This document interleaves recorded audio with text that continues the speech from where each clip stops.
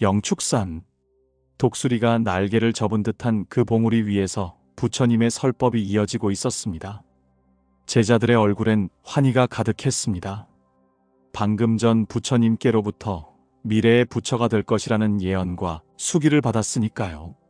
하지만 환희 뒤에는 깊은 어둠이 드리워져 있었습니다. 미륵보살이 먼저 입을 열었습니다. 그의 목소리가 떨렸습니다. 그리고 수천 명의 제자들이 숨을 죽였죠. 세존이시여, 저희는 두렵습니다. 부처님께서 곧 열반에 드신다면 누가 이 혼탁한 세상에서 우리를 이끌어 주시겠습니까? 침묵이 흘렀습니다. 모두가 같은 생각을 하고 있었습니다. 부처님은 한 인간의 몸으로 이 세상에 오신 분, 언젠가는 떠나실 것입니다. 그때 우리는 어찌해야 할까요? 미륵보살은 간절히 진실을 청했습니다. 첫 번째 청이었습니다. 원하옵나니 진실을 설하여 주옵소서. 하지만 부처님은 침묵하셨습니다. 미륵보살은 더욱 간절하게 두 번째 청을 올렸습니다. 간절히 청하옵나니 저희들을 불쌍히 여기시어 진실을 설하여 주옵소서. 여전히 대답이 없자 모두의 간절한 염원이 미륵보살의 목소리에 응축되어 세 번째 청으로 터져나왔습니다.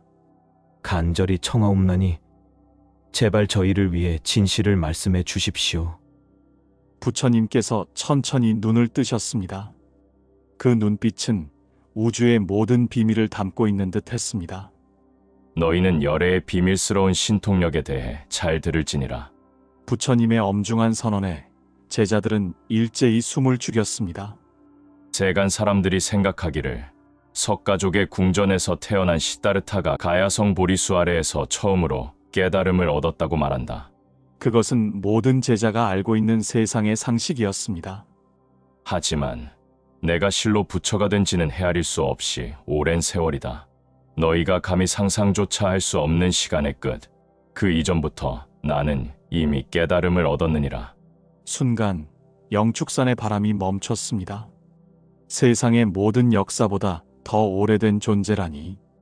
제자들은 충격에 서로를 바라보았습니다. 부처님께서는 자애로운 미소로 제자들을 바라보셨습니다. 너희의 짧은 수명으로는 미치지 못할 일이다. 그럼 비유로 설명해 주마. 삼천대천세계, 즉 우리가 알고 있는 모든 우주를 부숴서 작은 티끌로 만들어라. 그리고 동쪽으로 나아가면서 끝없이 멀리 떨어진 수많은 나라를 지날 때마다 티끌 하나씩 떨어뜨린다. 부처님께서 말씀하신 거리는 상상을 초월했습니다. 티끌이 모두 사라질 때까지 지나온 그 셀 수 없는 나라와 티끌의 숫자를 헤아려 보십시오. 떨리는 목소리로 미륵보살이 대답했습니다. 세존이시여, 그 거리는 무량무변하여 헤아릴 수 없고 성문과 벽지불의 지혜로도 그 끝을 알 수 없습니다. 그렇다. 그런데 그 엄청난 티끌의 숫자, 즉 우주의 모든 티끌을 모두 합친 시간을 한겁으로 쳐도 내가 부처가 된 시간은 그보다 비교할 수 없을 만큼 더 길다. 티끌 한 점이 우주를 품은 시간이었습니다. 제자들은 넋을 잃었습니다. 부처님은 시간 이전부터 존재했던 영원한 진리 그 자체였던 것입니다. 아난존자가 조심스럽게 물었습니다. 세존이시여, 그렇다면 왜 부처님께서는 곧 열반에 드신다고 말씀하시는 겁니까? 영원한 존재가 어떻게 죽으신다고 하실 수 있습니까? 부처님께서는 제자들의 질문이 간절함을 담고 있음을 아셨습니다. 영원한 진리가 왜 소멸을 이야기하는가? 그 오랜 의혹에 답할 때가 온 것입니다. 부처님께서 제자들을 천천히 둘러보셨습니다. 좋은 질문이다. 아나나, 그 답을 하기 위해 너희에게 이야기 하나를 들려주겠다. 제자들이 이야기에 귀 기울이기 위해 바짝 앞으로 다가앉았습니다. 옛날 어느 나라에 훌륭한 의사가 살고 있었는데 그 의사의 이름은 선견이었습니다. 그는 10명의 아들을 두었지요. 아들아, 영심하거라. 세상에는 많은 유혹이 있다. 약방 안쪽에 빨간 항아리는 절대 손대선 안 될 곳이다. 그 안에는 치명적인 독약이 들어 있거든. 아들들은 아버지의 엄중한 경고에 고개를 끄덕였습니다. 하지만 그 경고는 아들들의 호기심을 막을 수는 없었습니다. 며칠 후 선견에게 급한 소식이 날아왔습니다. 멀리 서쪽 나라의 전염병을 치료해달라는 왕의 친서였지요. 아버지, 가셔야 합니다. 오직 아버님만이 서쪽 나라 백성들을 살리실 수 있습니다. 선견은 아들들에게 다시 한번 당부하고 길을 떠났습니다. 이래가 지나자 아들들은 아버지의 경고를 잊고 나태해지기 시작했습니다. 그러던 어느 날 셋째 용기가 형제들에게 약방 구경을 제안했습니다. 약방에 들어간 아들들은 가장 안쪽에 있는 빨간 항아리를 발견했습니다. 호기심이 발동했습니다. 용기가 뚜껑을 열자 달콤한 향기가 피어올랐습니다. 이 냄새 좋은데? 항아리 안에는 검붉은 액체가 담겨 있었습니다. 용기가 작은 숟가락으로 조금 떠서 맛을 봤습니다. 와, 달콤해. 이게 독약이라고? 꿀보다 맛있는데? 다른 형제들도 하나둘씩 맛을 보기 시작했습니다. 수달이 말렸지만 소용없었습니다. 결국 수달까지 한 모금 마셨습니다. 입안 가득 달콤함이 퍼지고 몸이 따뜻해졌습니다. 그날 밤 아들들은 그 액체를 실컷 마셨습니다. 하지만 다음 날 아침이 문제였습니다. 아들들은 극심한 고통 속에 깨어났습니다. 배를 움켜쥐고 바닥을 굴렀습니다. 온몸에서 땀이 쏟아지고 숨쉬기조차 힘들었습니다. 이틀이 지나자 고통은 조금 줄어들었습니다. 그런데 더 이상한 일이 벌어졌습니다. 떨리는 목소리로 용기가 형에게 말했습니다. 형, 나 미치겠어. 그 달콤한 맛 다시 마시고 싶어. 뭐라고? 그것 때문에 우리가 이렇게 아팠잖아. 알아. 하지만 견딜 수가 없어. 이 고통을 잊게 해주는 건 오직 그것뿐이야. 다른 동생들 역시 금세 같은 말을 토해냈습니다. 큰아들 수달조차 그 유혹에서 벗어나지 못했지요. 그들은 고통이 닥쳐와도 멈출 수 없었습니다. 한 모금만 더. 매일같이 독약을 찾았습니다. 이제는 그 고통마저 일상처럼 느껴지기 시작했습니다. 석 달이 흘렀습니다. 선견이 집으로 돌아왔을 때 그는 경악했습니다. 집안은 난장판이었고 빨간 항아리는 거의 비어 있었습니다. 아들들 중 일부는 독에 취해 거의 혼수 상태였습니다. 선견은 밤새 해독제를 만들었습니다. 새벽녘 완벽한 해독제가 완성되었습니다. 얘들아, 이 약을 마셔라. 너희를 살릴 수 있다. 용기가 약병을 밀쳐내며 광기에 찬 눈빛으로 외쳤습니다. 상태가 괜찮았던 아들들은 약을 마셨으나 중독이 깊은 아들들, 특히 용기는 달랐습니다. 싫어. 이 약은 역겨워. 아버지가 우리를 불행하게 만들려는 거야. 우리를 행복하게 해준 건 저 달콤한 빨간 약이었다고. 맞아. 아버지는 우리가 행복한 게 싫은 거야. 선견의 가슴은 찢어졌습니다. 간절히 만든 해독제를 독에 취한 자식들이 스스로 거부하고 있었던 것입니다. 선견은 밤새 고통스러운 고민 끝에 그는 결심했습니다. 첫째야, 아버지가 다시 떠나야겠다. 네? 아버지, 동생들은요? 아버지가 곁에 있으면 동생들은 절대로 약을 먹지 않을 거다. 그 아이들은 내가 늘 지켜줄 것이라 믿기에 간절함이 없으니 동생들에게 전해라. 아버지가 다른 나라에서 병으로 세상을 떠났다고. 아버지, 어찌 그런 말씀을 하십니까? 거짓을 행하라는 말씀이십니까? 그래, 그것만이 동생들을 살릴 유일한 방편이다. 아버지를 잃을지도 모른다는 두려움이 정신을 차리게 만들 거야. 선견은 그렇게 거짓 죽음을 택하고 떠났습니다. 사흘 후 수달이 아버지의 죽음을 알리자 아들들을 감싸던 독의 환각이 산산조각 났습니다. 그들을 영원히 지켜줄 것이라 믿었던 아버지의 부재라는 차가운 현실이 그들을 정신 차리게 한 것이었습니다. 막내 지혜가 울음을 터뜨렸습니다. 이 슬픔과 두려움이야말로 그들을 깨우는 해독제였습니다. 용기가 비틀거리며 약병을 들었습니다. 이게 우리를 살릴 수 있을까?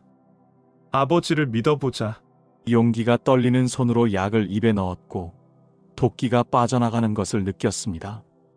다른 아들들도 약을 마시고 독에서 벗어났습니다. 아들들의 도끼가 빠져나간 것을 안 선견은 며칠 후 집으로 돌아왔습니다. 아버지, 그래. 아버지는 여기 있단다.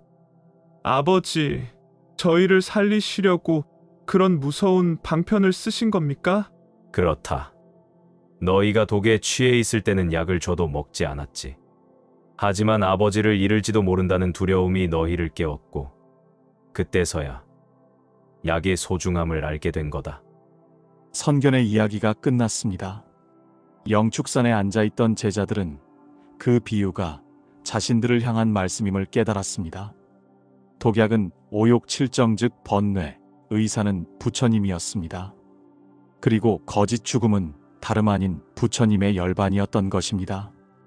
부처님께서는 멸도하지 않으시면서도 멸도한다고 말씀하심으로써 중생들이 간절함을 가지고 법을 구하도록 이끄셨던 것입니다.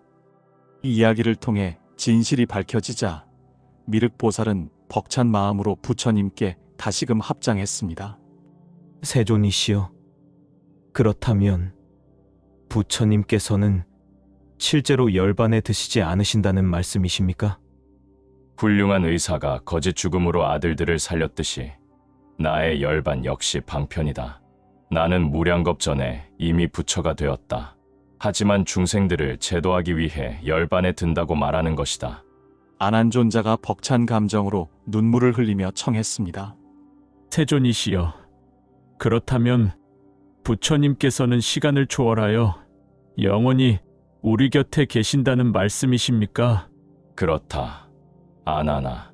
다만 너희가 나를 항상 옆에 있다고 믿고 게을러질까 염려될 뿐이니 만약 내가 항상 이 세상에 머물러 있다면 어떻게 되겠느냐? 중생들은 내가 항상 있다는 사실에 안일해지고 수행을 게을리할 거다. 그들은 깨달음을 구하려는 간절함을 잃을 게다. 독에 취한 아들들이 아버지가 옆에 있을 때는 약을 먹지 않으려 했던 것처럼 중생들은 부처님의 방편이 필요했던 것입니다. 미륵보살이 다시 한번 여쭈었습니다. 세존이시여, 그렇다면 부처님께서는 영원히 존재하시는 겁니까? 나는 항상 여기에 있다. 진통력으로 중생들을 가르치되 중생들이 번뇌에 갇혀 있어서 나를 가까이 있어도 보지 못할 뿐이다. 부처님의 목소리가 영축산 전체에 울려 퍼졌습니다. 중생들이 나의 열반을 보고 비로소 나를 사모하며 간절히 공양을 올린다면 그때 내가 다시 나타나 그들을 위해 법을 설할 것이다. 아난존자가 무릎을 꿇고 마지막 질문을 올렸습니다. 세존이시여, 저희 눈에 보이지 않을 때에도 부처님께서는 저희를 지켜보고 계신 겁니까? 그렇다. 아나나. 나는 항상 너희와 함께 있다. 다만 너희가 나를 보지 못할 뿐이다. 기쁨의 눈물이 제자들의 뺨을 타고 흘러내렸습니다. 나는 이 세상에 나타나지만 실제로 태어나거나 죽지 않는다. 나의 이 수명은 오랜 겁을 닦아서 얻은 것이며 지금도 다하지 않고 한량없이 영원하다. 미륵보살이 합장하며 부처님의 진리를 확언했습니다. 세존이시여, 이제 알겠습니다. 이 열반은 방편이었고 부처님은 영원히 우리와 함께 계십니다. 열반은 방편이었다. 나는 항상 여기에 있다. 다만 너희가 믿고 돌아오기를 기다리고 있을 뿐이다. 법회가 끝난 후 영축사는 깊은 고요에 잠겼습니다. 제자들의 마음은 이전과 완전히 달라졌다고 졌습니다. 부처님께서 떠나신다는 두려움은 사라졌고 대신 영원한 진리에 대한 확신이 들어선 것입니다. 제자들은 깨달았습니다. 그들이 느꼈던 슬픔과 두려움조차도 안일함에 빠진 자신들을 깨우치기 위한 부처님의 자비로운 가르침이었다는 것을 말입니다. 독약에 취했던 아들들의 모습이 바로 자기 자신이었음을 알게 된 것입니다. 영축산 위로 별들이 쏟아졌습니다. 수천 년이 흐른 지금 저희는 이 가르침을 다시 한번 되새깁니다. 과연 부처님께서는 영영 떠나셨을까요? 아니면 지금도 열애의 비밀스러운 신통력으로 저희를 지켜보고 계실까요? 열애 수량품을 통해 저희가 얻게 되는 가장 깊은 통찰은 이것입니다. 부처님의 열반은 중생을 위한 가장 자비로운 방편이었다는 사실 말입니다. 영원하신 부처님은 언제나 여기에 계십니다. 다만 독약 같은 번뇌와 욕망에 취해 그 진리의 빛을 보지 못할 뿐이죠. 결국 해답은 외부가 아닌 저희 자신에게 있다고 생각됩니다. 저희가 번뇌의 독을 내려놓고 삶의 고통 속에서 진심으로 부처님을 그리워하는 간절함을 회복할 때 비로소 깨닫게 될 것입니다. 부처님은 단 한 번도 저희를 떠나신 적이 없으며 해독제는 멀리 있는 것이 아니라 바로 저희 안에 있는 간절함이라는 것을 말입니다. 여러분, 오늘 저희는 열애 수량품의 이야기를 통해 부처님의 영원성과 그 자비로운 방편에 대한 깊은 가르침을 함께 나누어 보았습니다. 이 이야기가 여러분 마음에 작은 울림이라도 남겼다면 편안한 마음으로 댓글을 남겨주세요. 그리고 구독과 좋아요로 부처님의 가르침이 더 많은 분들께 전해질 수 있도록 도움을 주시면 감사하겠습니다. 오늘도 여러분 마음속에 영원한 진리의 빛이 밝게 빛나기를 간절히 기원드립니다.